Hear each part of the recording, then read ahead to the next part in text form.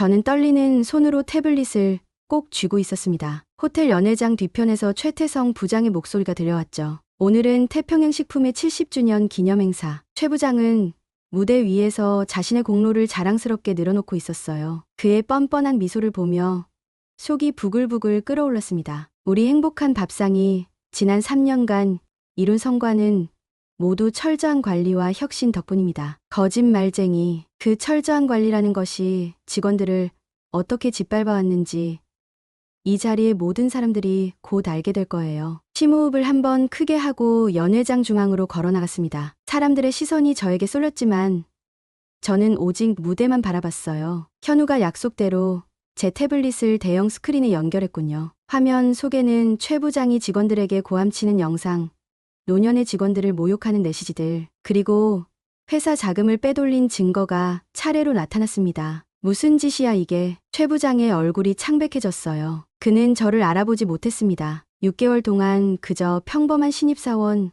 김진아로만 알고 있었으니까요. 연회장은 순식간에 얼어붙었습니다. 임원들은 서로 눈치를 보며 웅성거렸고 몇몇은 당황한 듯 시선을 바닥으로 돌렸어요. 하지만 저는 끝까지 당당하게 최 부장을 바라봤습니다. 김진아, 이게 무슨 짓이냐고. 최 부장이 무대에서 내려와 저에게 달려들려는 순간 연회장 문이 열렸어요. 모든 시선이 그쪽으로 향했습니다. 천천히 걸어 들어오는 한 노신사. 세월이 느껴지는 묵직한 발걸음과 위험 있는 분위기. 제 할아버지 임태식 회장님이었어요. 최 부장의 얼굴에서 핏기가 완전히 사라졌습니다. 그는 저를 보고 할아버지를 번갈아 바라보며 뭔가를 깨달은 듯 했죠. 할아버지는 천천히 걸어와 제 옆에 섰습니다. 그리고 조용하지만 무게 있는 목소리로 말씀하셨어요. 오랜만이군, 최 부장. 최 부장의 다리에서 힘이 빠졌습니다. 그는 주저앉아 말도 제대로 못하고 있었어요. 시간은 6개월 전으로 거슬러 올라갑니다. 제가 태평양 식품의 자회사인 행복한 밥상의 평범한 신입사원으로 첫 발을 내딛던 그날로 말이죠. 긴장된 마음으로 행복한 밥상 본사 건물 앞에 섰습니다. 수많은 취업 실패 끝에 마침내 이루어낸 취업이었죠. 물론 할아버지의 회사라는 점은 아무도 몰랐어요. 심지어 인사팀에서도 제가 임태식 회장의 손녀라는 사실을 알지 못했습니다. 김진아라는 가명으로 지원해 당당히 실력으로 합격한 거예요. 이제부터 시작이야. 진아야. 스스로에게 속삭이며 깊게 숨을 들이마시고 유리문을 밀었습니다. 로비는 생각보다 웅장했어요. 은은한 조명과 깔끔한 인테리어가 첫인상부터 좋았죠. 그때만 해도 이 회사가 겉과 속이 이렇게 다른 곳인지 몰랐습니다. 인사팀에서 나온 직원이 저를 맞이하며 오리엔테이션 장소로 안내했어요. 오늘부터 우리 행복한 밥상의 일원이 된 것을 환영합니다. 인사팀장의 말에 고개를 숙이며 겸손하게 미소 지었습니다. 하지만 마음속으로는 다른 생각이 흘렀어요. 이 회사의 진짜 모습을 아는 사람은 이 넓은 사무실에 아무도 없겠지. 오리엔테이션이 끝나고 마케팅팀에 배치되었습니다. 책상에 앉자마자 옆자리 선배가 작은 목소리로 말을 걸었어요. 최 부장님이 오시면 조용히 해야 해. 기분 나쁘시면 우리 모두 고생하니까. 의아한 표정으로 고개를 갸웃했는데 그때 사무실 문이 요란하게 열렸습니다. 45살쯤 되어 보이는 남자가 굳은 표정으로 들어섰어요. 순간 사무실 전체가 얼어붙었죠. 어제 보고서는 뭐가 이 모양이야. 다시 해. 최태성 부장의 첫마디는 고함이었습니다. 한 직원의 책상 위에 서류를 내던지며 호통을 쳤어요. 그 직원은 고개를 숙인 채 죄송합니다라는 말만 반복했죠. 놀란 표정을 감추지 못했습니다. 이런 모습이 일상인지 주변을 살폈지만 모두가 고개를 숙이고 있었어요. 특히 눈에 띈 것은 최 부장이 나이 지긋한 직원들에게 더 심하게 대하는 모습이었습니다. 김영섭 과장, 나이 들어서 일도 못하면 퇴직이나 하지드래.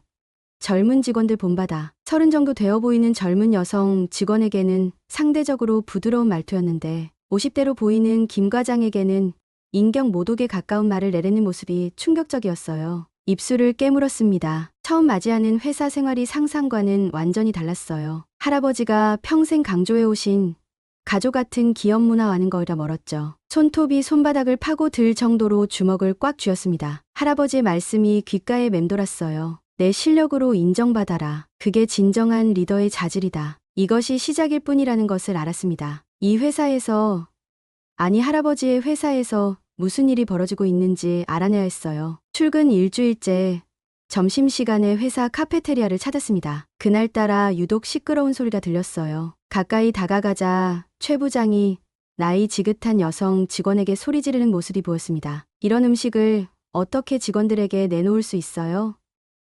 당신 같은 노인네는 이제 감각이 떨어지나 봐. 그 여성은 고개를 푹 숙이고 있었습니다. 이름표에는 장미영 영양사라고 적혀 있었어요. 회사 배지에 붙은 작은 별 모양을 보니 20년 이상 근무한 베테랑이었죠. 참을 수 없었습니다. 하지만 지금은 신중해야 했어요. 신입사원의 신분으로 나서는 것은 현명하지 않았죠. 최 부장이 사라진 후 장미영 영양사에게 다가갔습니다. 괜찮으세요? 음식 정말 맛있었는데. 장미영은 놀란 눈으로 저를 바라봤어요. 그리고는 작게 미소 지었습니다. 고마워요. 신입사원이죠. 김진아라고 했나. 그녀와 함께 자리에 앉으니 조금씩 마음을 열기 시작했어요. 장미영은 이 회사에서 25년을 일해왔다고 했습니다. 예전에는 이런 회사가 아니었어요. 임태식 회장님이 직접 경영할 때는 가족 같았죠. 그 말에 심장이 쿵 내려앉았습니다. 내심 할아버지 이야기가 나올까 긴장했어요. 그런데 왜 최 부장이 저렇게 행동해도 아무도 제지하지 않는 거예요? 장미영은 주변을 살피더니 목소리를 낮췄습니다. 최 부장은 임 회장님 조카의 처남이에요. 가족 연줄로 들어왔죠. 게다가 김영우 이사와 대학 선후배라 완전히 끈이 있어요. 몇 번 신고가 들어갔다가도 다 묻혔어요. 그녀의 말에 눈썹을 찌푸렸습니다. 내부 연결망이 있었군요. 그런데 미영은 갑자기 목소리를 더 낮추며 충격적인 이야기를 꺼냈어요. 사실 저는 예전에 회장님 따님의 비서였어요. 심장이 멎는 줄 알았습니다. 제 어머니는 제가 6살 때 교통사고로 돌아가셨어요. 회사 일 때문에 늦게 귀가하시다가 사고를 당하셨다고 들었죠. 저희 어머니를 아셨어요? 장미영은 잠시 망설이더니 말했습니다. 네, 그리고 그 사고가 정말 사고였는지 의심스러워요. 그 전에 회사 내 비리를 조사하고 계셨거든요. 말을 마친 그녀는 누군가 다가오는 소리에 화들짝 놀라 자리에서 일어났어요. 더 이상 말하면 안 돼요. 조심하세요. 진아 씨. 그녀는 서둘러 자리를 떠났습니다. 제 머릿속은 혼란스러웠어요. 어머니의 사고가 단순한 사고가 아니었다고. 그리고 장미영이 어머니의 비서였다니. 이건 단순한 직장 내 갑질 문제를 넘어서는 것 같았습니다. 카페테리아를 나오는 길에 결심했어요. 이대로는 안 되겠다고 말이죠. 최 부장의 갑질만이 아니라 어머니의 죽음과 관련된 진실도 파헤쳐야 했습니다. 다음 날 일찍 출근했습니다. 사무실에는 아직 아무도 없었어요. 책상 서랍에서 조심스럽게 녹음기를 꺼내 제 자리 밑에 설치했습니다. 법적으로 문제가 없는지 밤새 알아본 후였어요. 이건 나 자신을 위한 것이 아니야. 모두를 위한 거야. 중얼거리며 녹음기가 잘 작동하는지 확인했습니다. 직원들이 하나둘 출근하기 시작했어요. 여느 때와 같은 긴장된 분위기였죠. 최 부장이 들어오자 사무실은 순식간에 얼어붙었습니다. 어제 마케팅 결과 보고서 다들 했겠지. 지난 분기 최악이야. 누구 책임지겠어? 최 부장의 목소리는 차갑고 날카로웠어요. 아무도 대답하지 않았죠. 용기를 내서 조심스레 손을 들었습니다. 부장님, 제가 분석해봤는데요. 지난 캠페인은 타겟층 설정에 문제가 있었던 것 같습니다. 데이터를 보면 신입이 뭘 안다고 내가 몇 년 일했다고 내가 의견을 내? 최 부장은 제 말을 자르며 소리쳤어요. 하지만 이번에는 물러서지 않았습니다. 데이터는 누구나 읽을 수 있습니다. 제가 분석한 내용을 한번 봐주시면. 최 부장은 제 책상까지 다가와 서류를 집어 던졌습니다. 이런 쓸데없는 짓 하지 말고 내일이나 제대로 해. 이런 것도 못하면 회사 그만두는 게 낫겠어. 고개를 숙였지만 마음속으로는 단단한 결심을 했어요. 이 모든 순간이 녹음되고 있었으니까요. 첫 번째 증거를 확보한 순간이었습니다. 점심시간, 우연히 IT팀의 박현우를 만났어요. 혼자 점심을 먹고 있는 그에게 다가갔죠. 혹시 여기 자리 있나요? 현우는 의외로 친절했어요. 대화 도중 제 요리 블로그 이야기를 했는데 그의 눈이 커졌습니다. 혹시 진심을 담은 한 끼의 운영자세요? 제가 팬이에요. 제가 비밀리에 운영하던 요리 블로그의 팬을 회사에서 만나다니 놀라웠습니다. 현우와 가까워지면서 조심스럽게 도움을 요청했어요. 사실 회사 시스템에 대해 좀 알고 싶은데 도와줄 수 있을까요? 현우는 처음엔 망설였지만 최 부장에게 받은 부당한 대우를 듣고 마음을 열었습니다. 그의 도움으로 회사 내부 시스템에 접근할 수 있게 되었어요. 저녁 늦게까지 남아 회사 서버를 살펴보던 중 충격적인 발견을 했습니다. 노인 요양사업 투자라는 명목으로 상당한 금액이 빠져나가고 있었어요. 하지만 그 돈은 실제로는 최 부장의 개인 계좌와 연결된 페이퍼 컴퍼니로 흘러 들어가고 있었습니다. 이런 비리가 화면에 고개를 숙이며 충격에 빠졌어요. 그때 복도에서 발소리가 들렸습니다. 서둘러 화면을 닫고 평범한 업무 중인 척했어요. 다행히 늦게까지 일하는 다른 직원이었습니다. 그날 밤 집으로 돌아오는 길에 장미영에게 전화했어요. 미영 선생님, 저 김진아인데요. 어머니 이야기 좀 더 듣고 싶어요. 미영과의 만남은 회사에서 멀리 떨어진 작은 카페에서 이루어졌습니다. 그녀는 끊임없이 주변을 살피며 불안해하는 모습이었어요. 진아 씨, 내가 말하는 것은 위험할 수 있어요. 하지만 당신 어머니를 위해서라도 알려야 할 것 같아. 미영은 떨리는 손으로 가방에서 오래된 수첩을 꺼냈습니다. 어머니의 필체로 가득한 메모였어요. 당신 어머니는 회사 자금이 빠져나가는 것을 발견했어요. 특히 노인 복지 사업이라는 명목으로요. 그리고 그 뒤에 최 부장의 처남, 그러니까 회장님 조카가 있었죠. 숨이 막혔습니다. 제 사촌이 연루되어 있다니. 할아버지의 조카, 우리 가족이 이런 일을 벌이고 있었다니요. 더 끔찍한 것은 미영이 목소리를 낮췄어요. 그들이 노년 직원들을 강제 퇴직시키고 퇴직금을 가로채고 있다는 거예요. 특히 퇴직을 앞둔 고령 직원들을 괴롭혀서 스스로 나가게 만들죠. 그래서 최 부장이 나이 많은 직원들에게 더 가혹한 겁니다. 분노가 치밀어 올랐습니다. 어떻게 이런 일이 할아버지의 회사에서 벌어질 수 있는 건지, 그리고 혹시 어머니의 죽음이 이것과 관련이 있는 건지 떠올랐어요. 어머니의 사고, 정말 사고가 아니었나요? 미영의 눈에 눈물이 고였습니다. 확실한 증거는 없어요. 하지만 사고 직전 당신 어머니가 나에게 한 말이 있어요. 중요한 증거를 발견했다. 이건 가족의 배신이야. 그리고 그날 밤 말을 잇지 못하는 미영을 바라보며 가슴이 무너져 내렸어요. 20년 넘게 의문이었던 어머니의 죽음이 이제야 조금씩 윤곽을 드러내고 있었습니다. 그날 밤 제 원룸 소파에 앉아 깊은 생각에 잠겼어요. 벽에 걸린 시계는 자정을 향해 가고 있었죠. 손에는 어머니와 함께 찍은 오래된 사진 한 장을 들고 있었습니다. 어머니, 회사가 이렇게 변했어요. 제가 모든 걸 바로잡을게요. 다음 날 출근길, 충격적인 소식을 들었습니다. 장미영이 갑자기 사직서를 제출하고 연락이 두절되었다는 거예요. 불안한 마음에 그녀의 집을 찾아갔죠. 다행히 미영은 집에 있었지만 창백한 얼굴로 문을 열었습니다. 어젯밤 누군가 집에 들어온 흔적이 있었어요. 경고 메시지도 받았고요. 더 이상 위험해질 수 없어서. 미영은 떨리는 손으로 작은 USB를 건넸어요. 이건 당신 어머니가 남긴 마지막 자료예요. 그동안 감히 열어볼 용기가 없었죠. 이제 당신에게 맡길게요. USB를 받아들고 결심했습니다. 이제 본격적으로 행동해야 할 때였어요. 그리고 할아버지에게도 알려야 했습니다. 하지만 먼저 확실한 증거를 더 모아야 했어요. 가족이라도 용서할 수 없는 일이었으니까요. USB에 담긴 내용은 충격적이었습니다. 어머니가 수집한 자료에는 최 부장과 제 사촌 민호 상무의 비리 증거가 상세하게 담겨 있었어요. 특히 노년 직원들을 괴롭혀 퇴사시키고 그들의 퇴직금을 가로채는 구체적인 계획까지 있었습니다. 이건 용서할 수 없어. 분노에 떨며 모니터를 노려봤어요. 이제 행동해야 할 때였습니다. 현우의 도움으로 익명 이메일 계정을 만들었어요. 그리고 수집한 증거 일부와 함께 내부 고발 메일을 회사 감사팀에 보냈습니다. 메일을 보내고 깊게 숨을 들이마셨어요. 이제 첫 개가 시작됐죠. 뭔 일이야?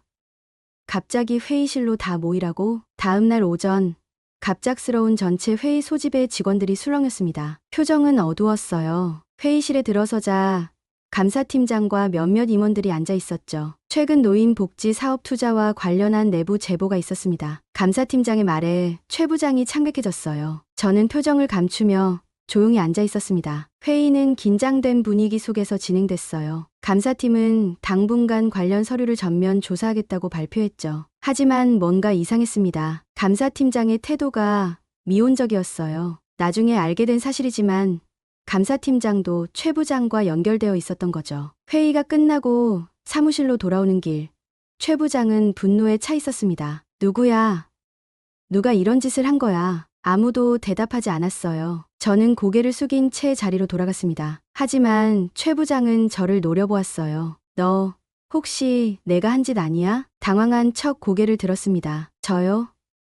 제가 뭘 어떡해요. 저는 신입이라 그런 정보에 접근할 권한도 없는데요. 최 부장은 의심스러운 눈빛으로 저를 쳐다보았지만 더 말하지 않았어요. 주변의 시선이 저에게 쏠렸습니다. 점심시간 현우가 저에게 다가왔어요. 진아 씨, 조심해요. 최 부장이 IT팀에 당신 컴퓨터 로그 조사를 요청했어요. 놀랐지만 이미 대비해 두었기에 안심했습니다. 현우의 도움으로 모든 흔적을 지웠으니까요. 고마워요, 현우 씨. 그런데 감사팀이 너무 미온적인 것 같아요. 현우가 고개를 끄덕였습니다. 감사팀장도 최 부장 편이에요. 내부 고발만으로는 충분하지 않을 거예요. 그의 말이 맞았어요. 익명 게시판을 통한 두 번째 작전을 시작했습니다. 현우의 도움으로 회사 익명 게시판에 최 부장의 갑질 증거들을 올렸어요. 태평양 식품의 어두운 이면, 최태성 부장의 갑질과 노년 직원 학대, 게시물은 폭발적인 반응을 일으켰습니다. 댓글에는 비슷한 경험을 겪은 직원들의 이야기가 쏟아졌어요. 오랫동안 침묵해왔던 목소리들이 하나둘 터져 나오기 시작했죠. 나도 전화로 욕설 들은 적 있어.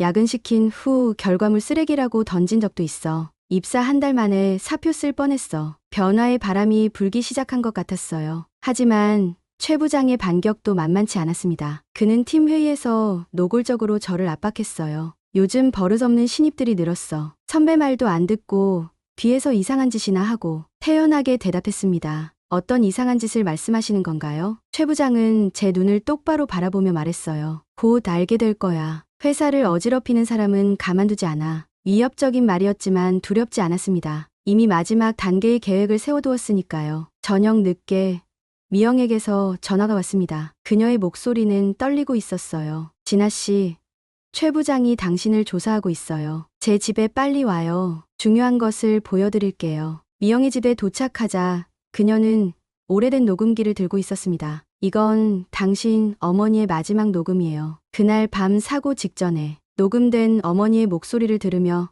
눈물이 흘렀습니다. 어머니는 최 부장과 민호 상무의 비리를 폭로하겠다고 말씀하고 계셨어요. 그리고 마지막에 임태식 회장에게 직접 알리겠다는 말도 있었죠. 이제는 확실했습니다. 어머니의 죽음은 사고가 아니었어요. 그들이 어머니를 침묵시킨 거였죠. 이제 어떻게 할 거예요? 미영의 물음에 단호하게 대답했습니다. 할아버지께 알리고 모든 것을 공개할 거예요. 특히 한 달 뒤 있을 70주년 기념행사에서요. 다음 며칠 동안 치밀한 계획을 세웠습니다. 현우와 함께 모든 증거를 정리했고 이전에 퇴사한 직원들에게도 연락해 증언을 확보했어요. 특히 노년 직원들의 피해 사례를 중점적으로 모았습니다. 정말 할 거예요?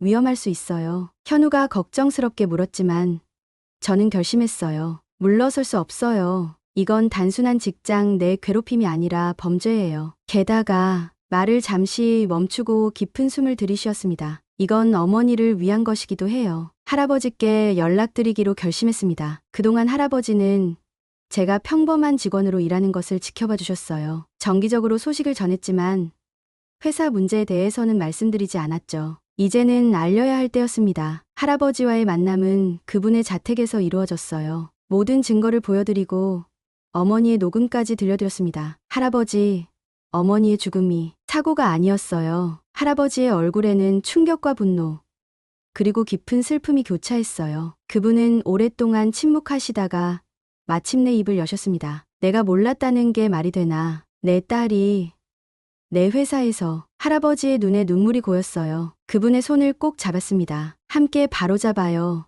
할아버지, 제가 계획이 있어요. 할아버지는 고개를 끄덕이셨습니다. 그리고 이렇게 말씀하셨어요. 70주년 행사에서 최 부장에게 상을 수여하는 순서가 있다. 그때 모든 것을 공개하자. 계획대로라면 최 부장은 행사에서 혁신상을 받을 예정이었습니다. 그의 자만심을 이용한 완벽한 함정이었죠. 한편 회사에서는 최 부장의 압박이 심해졌어요. 그는 모든 직원들을 의심하며 내부 고발자를 찾고 있었습니다. 특히 저에 대한 감시가 심해졌어요. 김진아, 자네 요즘 퇴근 후에 뭐 하나? 누구를 만나지? 최 부장의 질문에 태연하게 대답했습니다. 요리 블로그 운영하느라 바빠요. 시간이 나면 한번 봐보세요. 물론 그는 제 블로그를 볼 생각도 없었겠죠. 하지만 현우가 IT 시스템에 심어놓은 추적 프로그램 덕분에 최 부장이 제 컴퓨터를 몰래 뒤지고 있다는 사실을 알았어요. 거기에는 미리 준비해둔 가짜 정보만 남겨놓았습니다. 행사 당일이 다가왔습니다. 모든 준비가 끝났어요. 현우는 기술적인 부분을 담당했고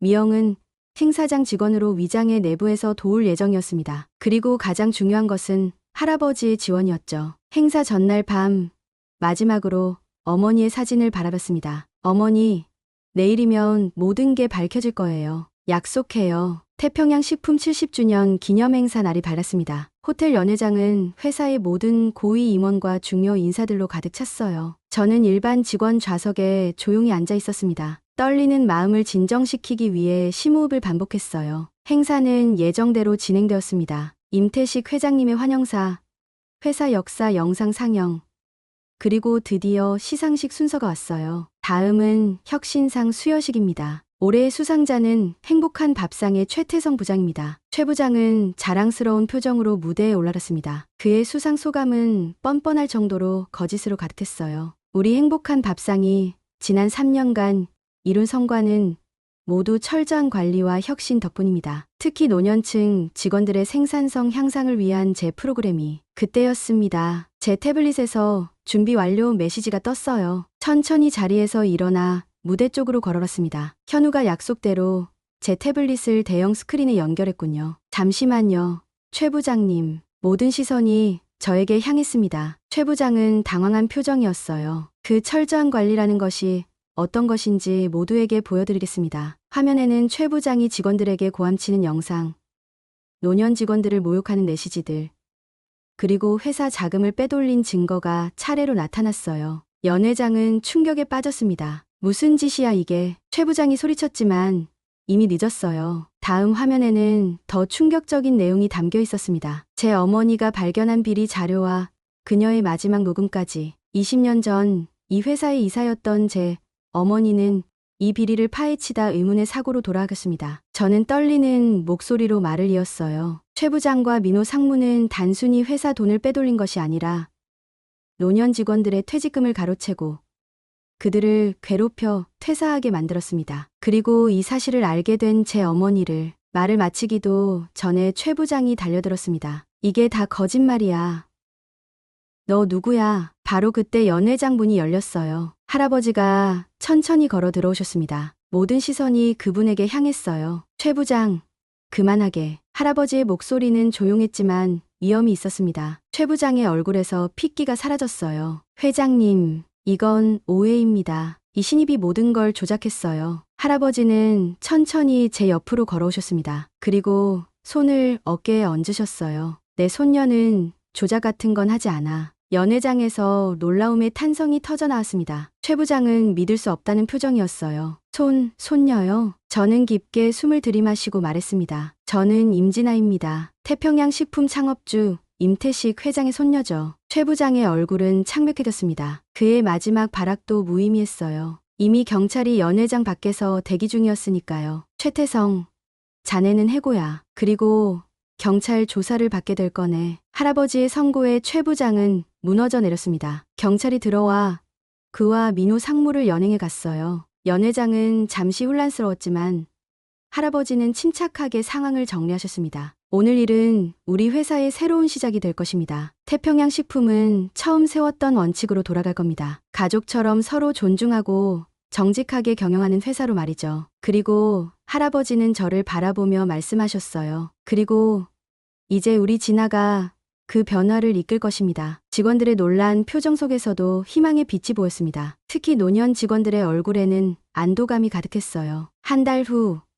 할아버지의 부름을 받고 회장실로 향했습니다. 넓은 창문 앞에 서 계신 할아버지의 뒷모습이 보였어요. 나이가 들어 어깨는 좁아졌지만 여전히 당당한 자세였습니다. 진아야, 이리 오너라. 다가가자 할아버지는 창밖을 가리키셨어요. 높은 빌딩들 사이로 태평양 식품의 모든 계열사가 보였습니다. 내가 평생 읽어온 것들이다. 하지만 이제는 새로운 시대, 새로운 리더가 필요하지. 말없이 고개를 끄덕였습니다. 할아버지가 저를 바라보며 말씀하셨어요. 내가 회사를 이끌 날이 곧 올 거다. 준비되었나? 결연한 표정으로 대답했습니다. 네, 할아버지. 이제 시작입니다. 할아버지는 만족스러운 미소를 지으셨어요. 창밖으로 보이는 도시의 풍경 위로 석양이 물들고 있었습니다. 옛것은 가고 새것이 오는 자연스러운 순환의 모습처럼 저는 이제 진정한 후계자로서의 첫걸음을 내딛고 있었어요. 어머니가 지키려 했던 가치, 할아버지가 평생 일궈온 회사의 미래가 제 손에 달려 있었습니다. 그리고 무엇보다 노년의 지혜를 존중하고 모든 세대가 함께 성장하는 기업을 만들고 싶었어요. 진짜 주인이 돌아왔고 이제 모든 것이 제자리를 찾아가기 시작했습니다. 오늘 영상이 좋으셨다면 구독과 좋아요 부탁드립니다. 감사합니다.